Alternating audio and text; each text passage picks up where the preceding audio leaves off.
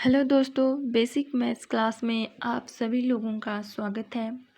दोस्तों, आज हम स्टार्ट करेंगे नंबर सिस्टम यानी संख्या पद्धति। संख्या पद्धति को समझने से पहले हम ये समझेंगे कि नंबर्स की ज़रूरत क्यों पड़ी। शायद अगर नंबर्स नहीं होते तो हम किसी भी वस्तु की लंबाई हो गई, चौड़ाई हो गई, परिमाप हो गया, आयतन हो गया, जितने भी गणितीय सक्रिय होती है, इन चीज़ों को आसानी से ज्ञात नहीं कर सकते थे अगर नंबर्स नहीं होते थे। ठीक है, तो दोस्तों नंबर सिस्टम हमने दो भागों में बांटा है। एक होता है रियल नंबर्स,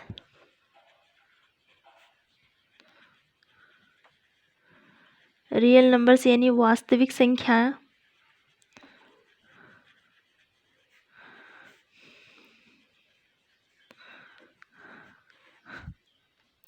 और एक होता है हमारा इमेजिनरी नंबर्स। इमेजिनरी नंबर यानी काल्पनिक संख्या।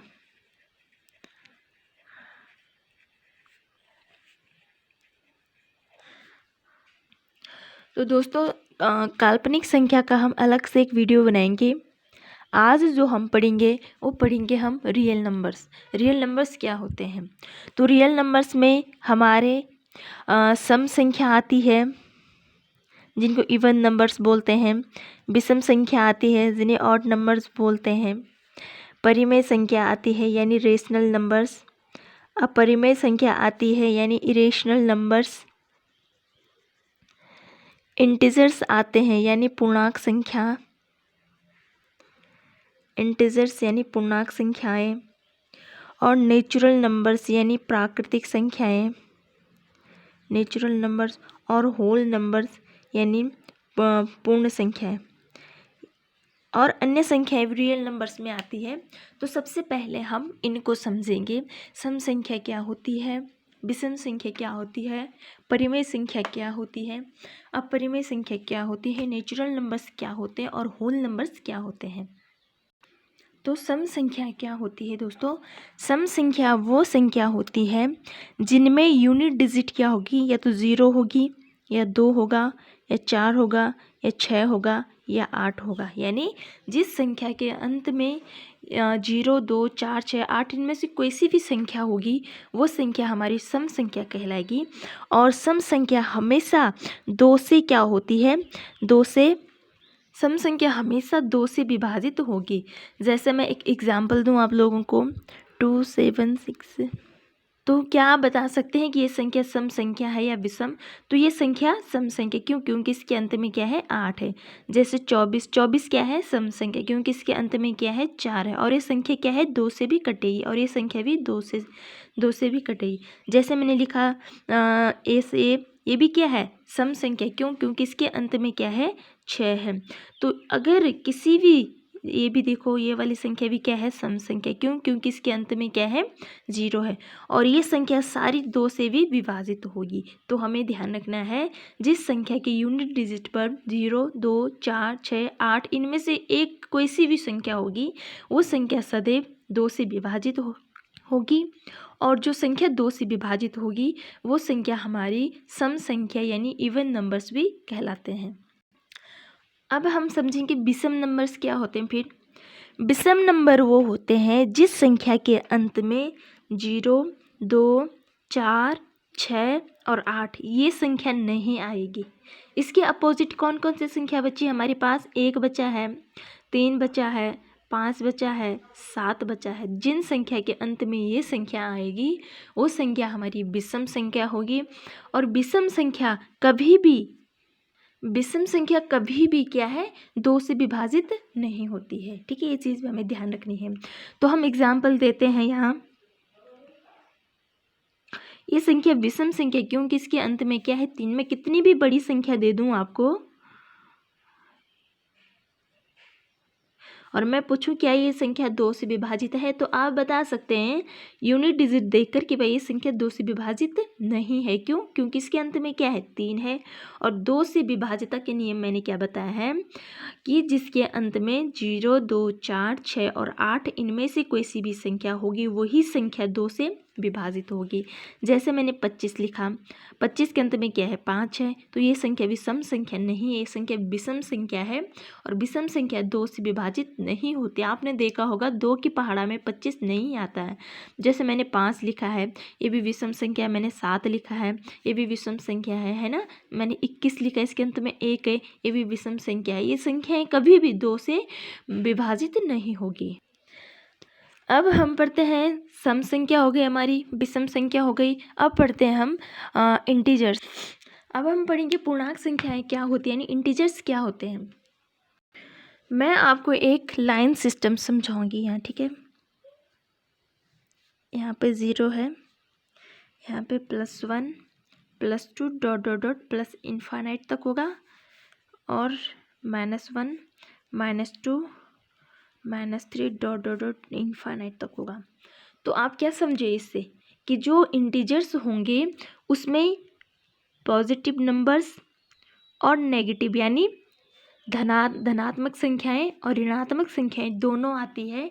अगर किसी में धनात्मक और ऋणात्मक दोनों संख्या है तो वो कौन सी संख्या हो जाती है, हमारी पूर्णांक संख्या हो जाती है। जैसे -25 क्या है, पूर्णांक संख्या, और 25 भी क्या है, पूर्णांक संख्या है। -2 क्या है, पूर्णांक संख्या, 2 क्या है, पूर्णांक संख्या है। -365 क्या है, पूर्णांक संख्या है। 625 क्या है, पूर्णांक संख्या। जितने भी नंबर्स है, पॉजिटिव हो या नेगेटिव, जितने भी नंबर्स आप जानते हैं पॉजिटिव होंगे चाहे नेगेटिव होंगे, वो सारी क्या होगी, हमारी पूर्णांक संख्याएं होगी। ठीक है, तो अब हम पढ़ेंगे परिमेय संख्याएं क्या होती है। परिमेय संख्या वो संख्या होती है जिसको हम p/q, और q जहाँ क्या है डज नॉट इक्वल टू 0, यानी जिस संख्या को हम भिन्न के रूप में लिख सकते हैं, फ्रैक्शन के रूप में लिखेंगे, फ्रैक्शन के रूप में लिख सकते हैं, वो संख्या हमारी क्या है, परिमेय संख्या है। जैसे 1/2, 5/6, 7/8, 2, 3, 5, ये नंबर्स भी परिमेय संख्या। क्यों? क्योंकि इनके अपॉन में हमेशा हम क्या मानते हैं, एक मानते हैं, क्योंकि एक से कुछ फर्क नहीं पड़ेगा ना इन पे। तो ये सारी संख्याएं हमारी क्या है, परिमेय संख्या है। और क्यों हमारा कभी, यानी जो बटे का है ना हर होगा, ये कभी 0 नहीं होना चाहिए। क्यों? यहाँ देखो मैंने 2/3 किया, ठीक है। अगर मैं 3 की जगह 0 कर दूँ तो ये इनफाइनाइट हो जाएगी इसकी वैल्यू, और ये फ्रैक्शन में तो है ही नहीं। तो इसलिए ये संख्या हमारी परिमेय संख्या नहीं है। इसलिए क्यों कभी, यानी जो अंश है, जो हर है, वो कभी 0 नहीं होना चाहिए। ठीक है, तो जितनी भी भिन्न वाली संख्या होगी वो क्या होगी, परिमेय संख्या होगी। और परिमेय संख्या दूसरा है कि जैसे मैंने ये नंबर्स लिखा है, अगर मैं इसमें 5 में 6 का भाग दूं तो एक टाइम ऐसा आएगा कि हमारा जो ये है ना भागफल, ये रिपीट होने लग जाएगा। ठीक है, तो ये भी क्या है, परिमेय संख्या की पहचान है।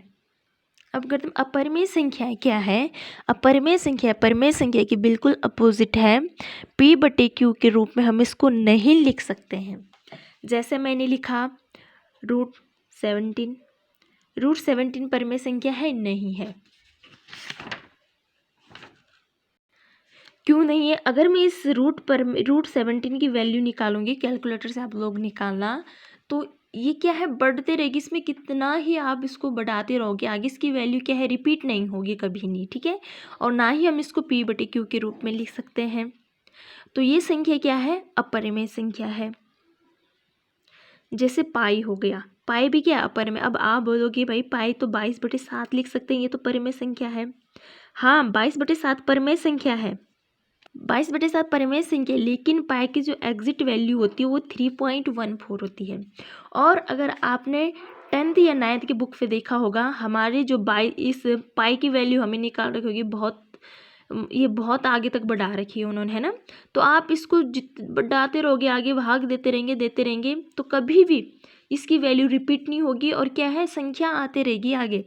तो इसलिए हम बोलेंगे कि 3.14 क्या है, अपरिमेय संख्या है। रिपीट और नॉन रिपीट मैं आपको आगे बताऊंगी, कि आप बता रहे हैं कि रिपीट होगी नॉन रिपीट होगी, ये मैं आपको आगे बताऊंगी। तो प्राकृतिक संख्याएं क्या होती है।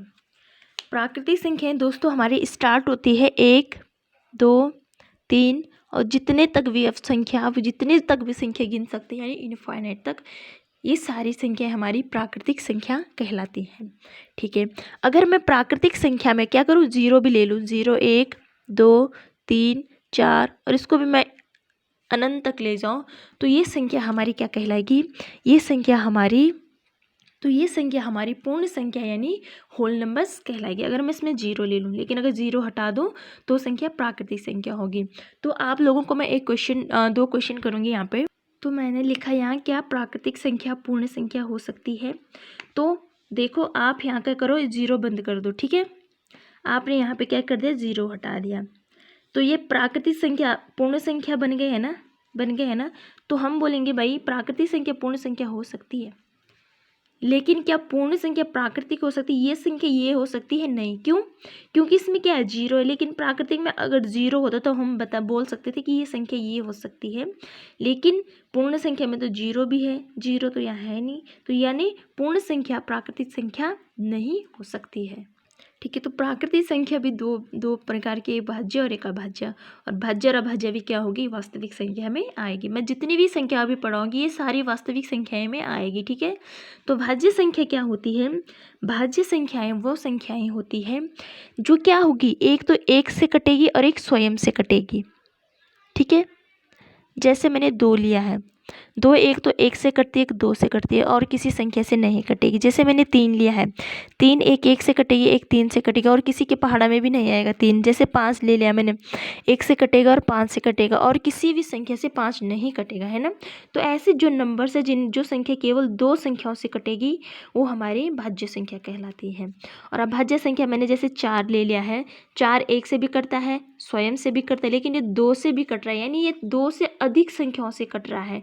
जो दो से अधिक यानी 3 4 5 6 7 संख्याओं से कटेगा उस संख्या क्या है,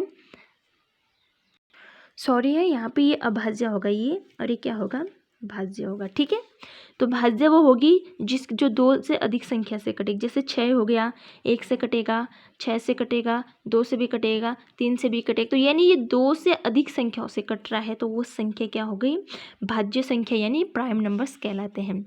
अब भाई हमने ये दो ले लिया, 3 ले लिया, 4 ले लिया, 5 ले लिया, 6 ले लिया, लेकिन एक क्या है, फिर एक क्या है, एक के न तो 2 गुणनखंड है ना, जो अभाज्य संख्या के है, ना 2 गुणनखंड है, ना 2 से अधिक है, तो एक क्या है, एक न तो भाज्य है ना ही अभाज्य है। एक क्या है, एक न भाज्य है ना ही अभाज्य है। ठीक है, 2 चीज़ इसमें और ध्यान रखनी है, ये 2 चीज़ें हमें इसमें ये ध्यान रखनी है। जो 2 है सबसे छोटी अभाज्य संख्या होगी। ठीक है, 2 क्या होगी, सबसे छोटी अभाज्य संख्या, और जो 4 है ये सबसे छोटी प्राइम नंबर्स यानी भाज्य संख्या होगी। ठीक है, ये 2 पॉइंट आप यहाँ पे ध्यान रखना। हमने पढ़ा भी कि वास्तविक संख्या में विषम संख्या भी आती है, सम संख्या भी आती है, प्राइम नंबर्स भी आते हैं, और अभाज्य संख्या भी आती है, परिमेय संख्या भी आती है, और संख्या कौन कौन सी आती है वास्तविक संख्या में वो भी हम देखेंगे।